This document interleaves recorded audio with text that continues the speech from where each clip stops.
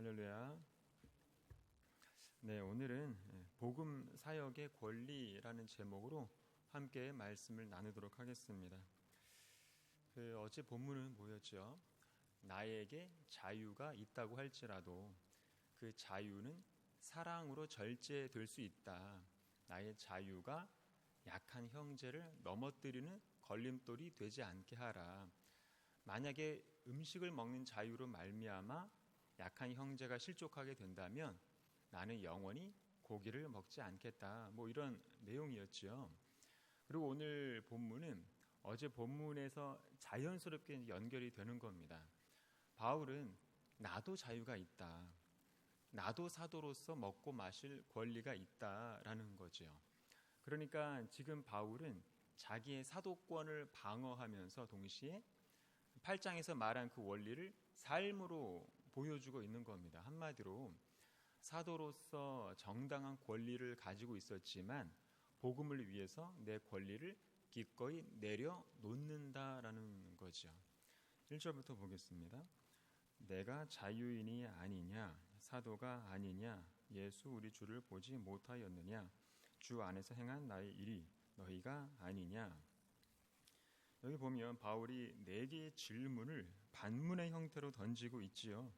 내가 자유인이 아니냐, 사도가 아니냐, 예수 우리 주를 보지 못하였느냐, 주 안에서 행한 나의 일이 너희가 아니냐. 첫 번째 질문이 내가 자유인이 아니냐. 이 질문은 8장의 주제와 연결되어 있는 겁니다.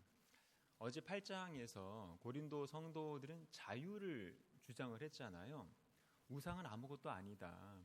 우리는 지식이 있다. 그래서 먹을 자유가 있다. 이거였잖아요. 바울은 처음에 고린도 성도들이 주장하는 자유를 부정하지 않았죠. 하지만 그 자유는 사랑으로 절제할 수 있다라는 얘기를 했던 거지요. 그러면서 9장에 넘어와서는 자기 얘기를 하는 거예요. 너희만 자유가 있는 게 아니다. 나도 자유인이다. 우리도 알듯이 바울은 그리스도 안에서 진짜 복음의 자유를 얻은 사람이잖아요. 그래서 갈라디아서에서도 뭐라고 하냐면 이제 내가 사람들에게 좋게 하랴, 하나님께 좋게 하랴, 사람들에게 기쁨을 구하랴, 내가 지금까지 사람들의 기쁨을 구하였다면 그리스도의 종이 아니니라.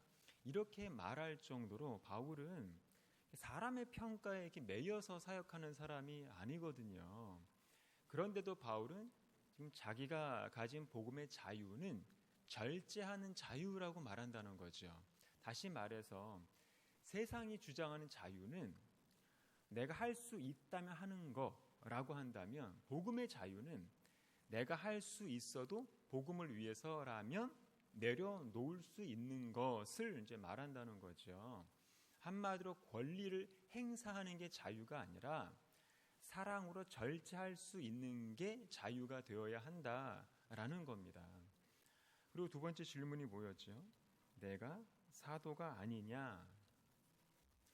그러니까 바울 자신의 사도권을 이제 방어하는 겁니다. 왜냐하면 그때 당시 바울의 사도권을 의심하는 사람들이 많았기 때문이거든요.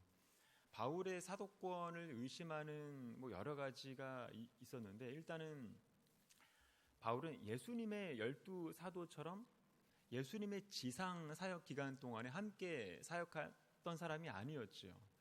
그리고 바울은 항상 사례비를 받지 않고 사역했던 사람이었는데 이게 또 사도가 아니라는 이유라고 말한다는 거예요. 왜냐하면 1세기 당시에 활동하는 그런 교사나 철학자나 수사학자들은 대부분 후원 받음을 통해서 자기들의 그 권위를 증명하는 게 하나의 문화였는데 바울은 그런 후원 통로가 전혀 없이 오로지 뭘로 생활을 했습니까?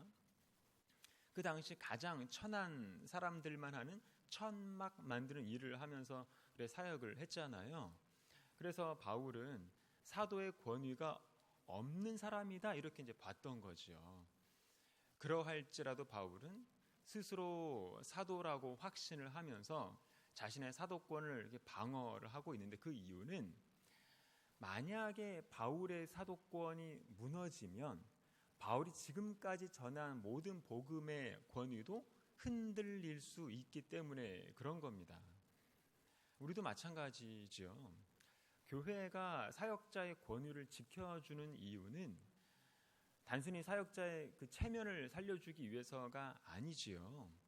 사역자가 선포하는 그 복음의 말씀이 교회의 질서를 유지해 주기 때문인 거고, 그 복음을 들은 영혼들의 평안을 위해서거든요. 이 사실을 안다면 교회 안에서 일어나는 그런 모든 사역자는 두려움을 안고 더 겸손하고 진지하게 말씀 앞에 서야 되는 겁니다. 그리고 세 번째 질문이 뭐죠? 예수 우리 주를 보지 못하였느냐? 그러니까 부활하신 주님을 만난 것, 이게 사도권의 중요한 표지라는 거예요. 다시 말해서 바울의 사도권은 철저히 자비로우신 예수님이 바울을 직접 찾으셔서 바울을 이방인의 사도로 부르신 그 부르심에 있는 거지, 무슨 얼마나 많은 후원자를 확보했느냐도 아니고 공동체가 인정해 줘서 사도권이 생긴 것도 아니라는 거예요. 부활하신 주님이 불러주신 것, 이게 바울 사도권의 근거라는 지금 얘기를 하고 있는 겁니다. 뭘 할 수 있을까요? 지금 우리들이 교회에서 하고 있는 모든 사역의 권위는 사람의 인정에서 비롯되지 않는다는 것을 지금 말하고 있는 겁니다. 전적인 하나님의 부르심이라는 거예요.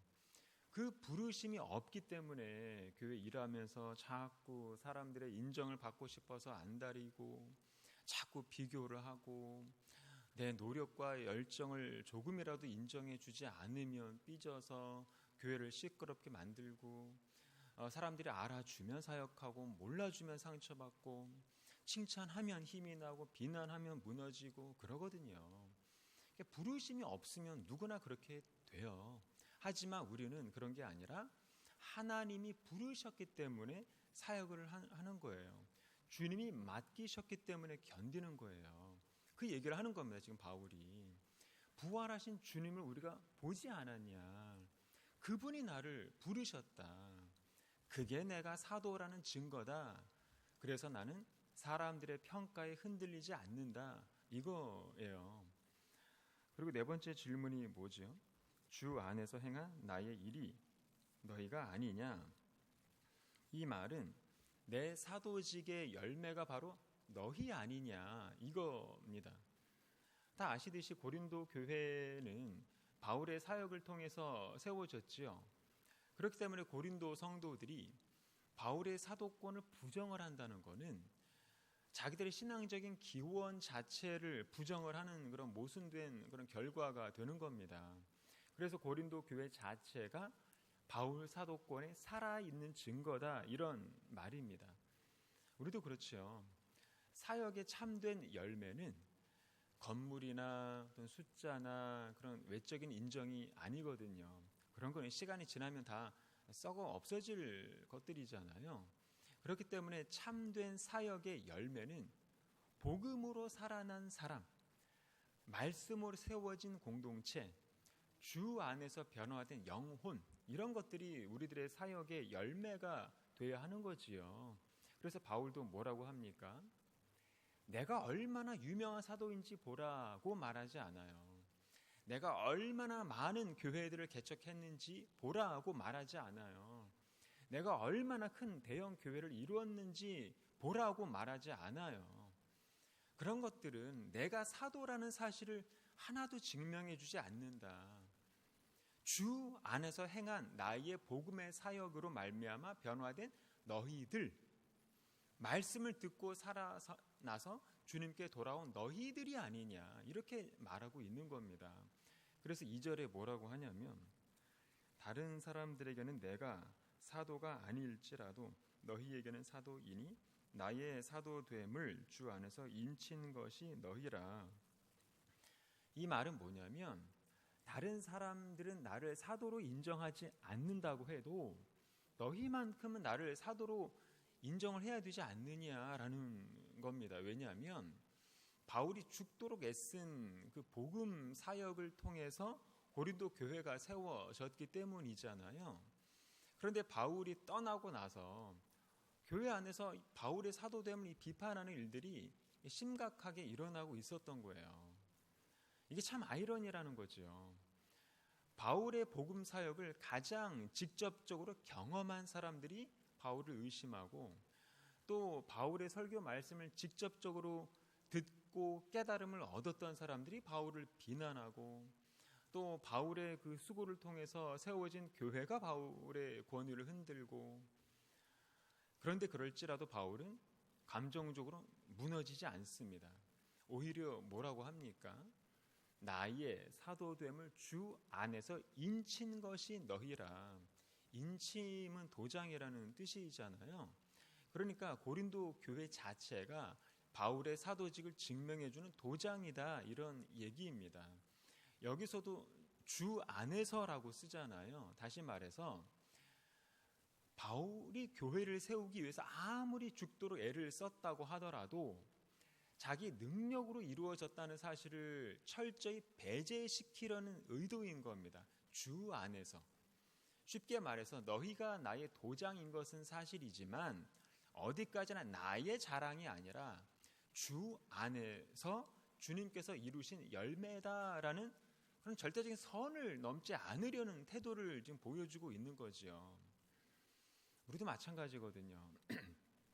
뉴스의 단골처럼 나오는 그 이 시대에 무너지는 목회자들을 보면 다들 이 선을 지키지 못해서 무너지는 거잖아요.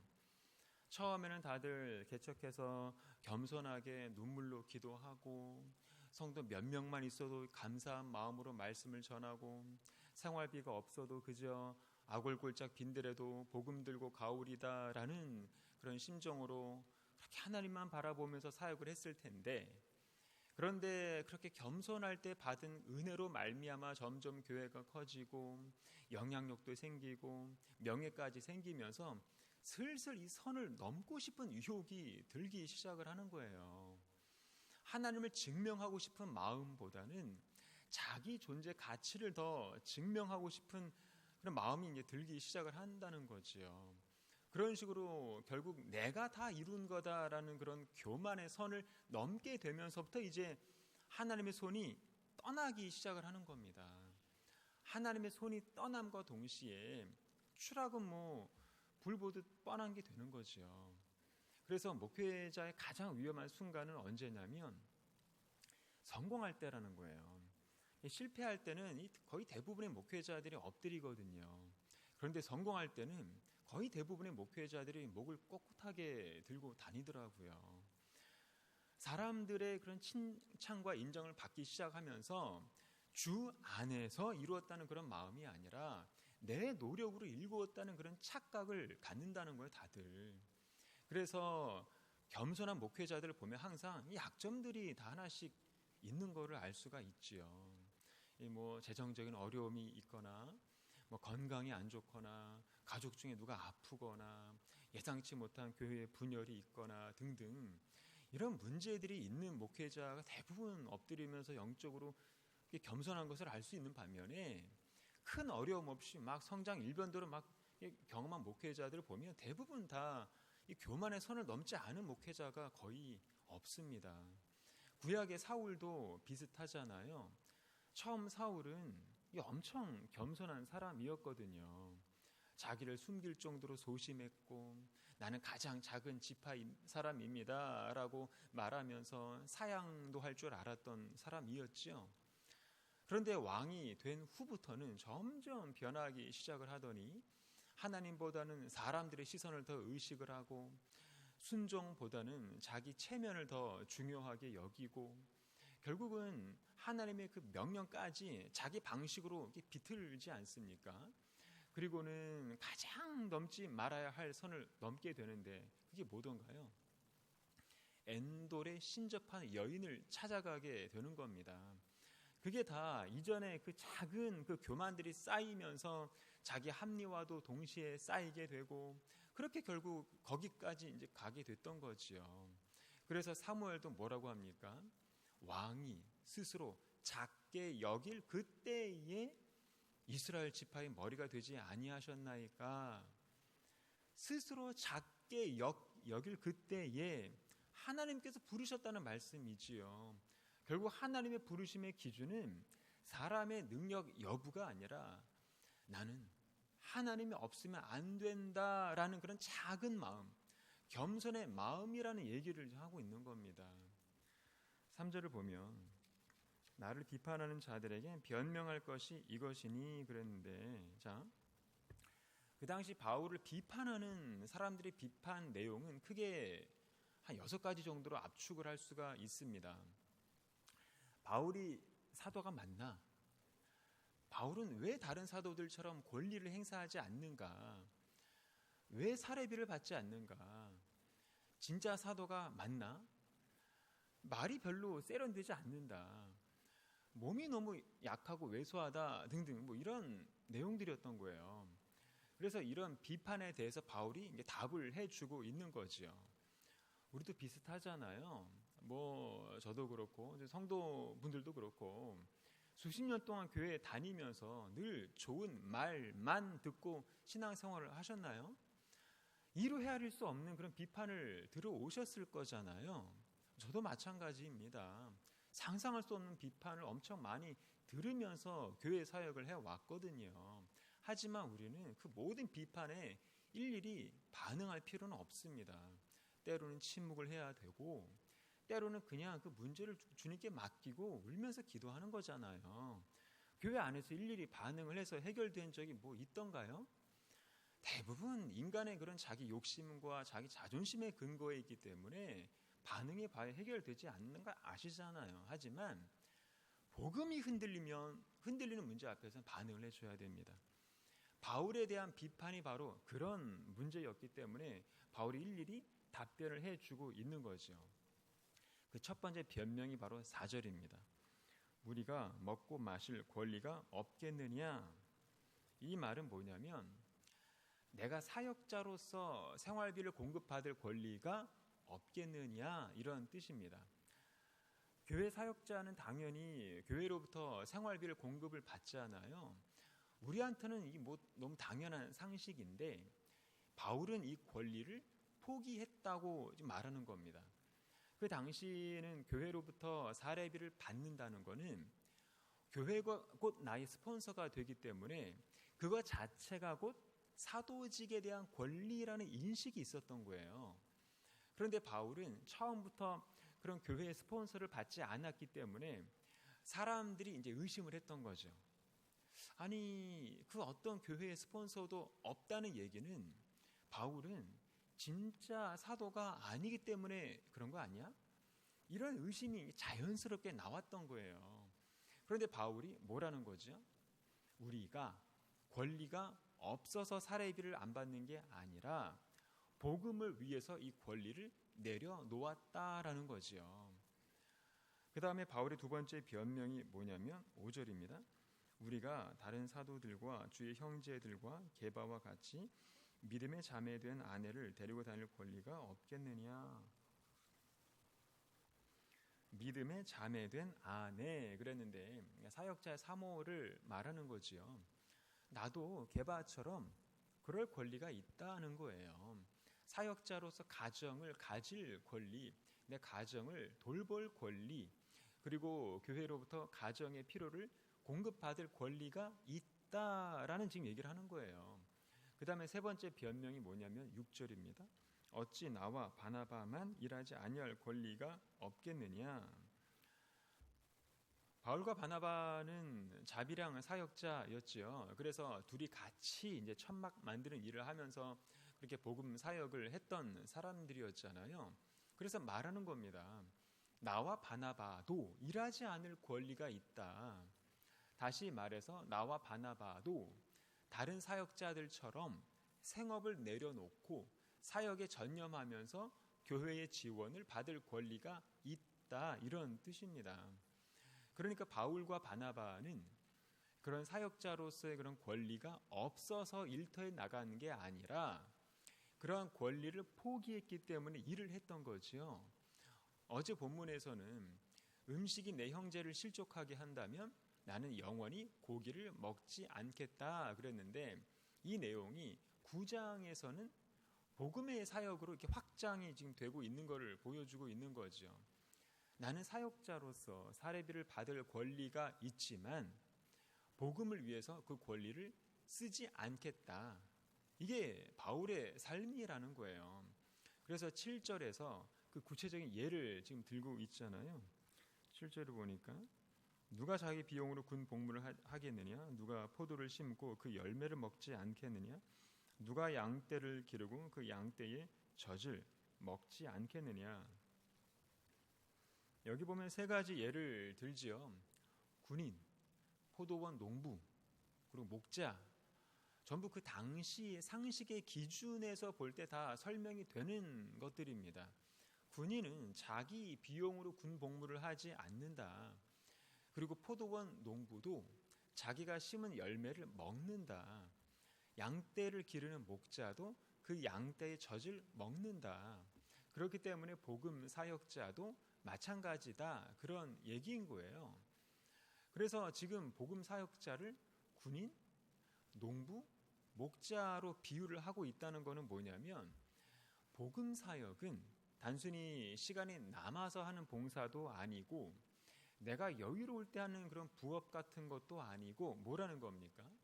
군인처럼 수고하고 농부처럼 정성껏 포도원을 가꾸고 양떼를 내 목숨처럼 이렇게 돌보는 그런 목자 같이 하는 사역이라는 것을 강조하고 있는 거예요.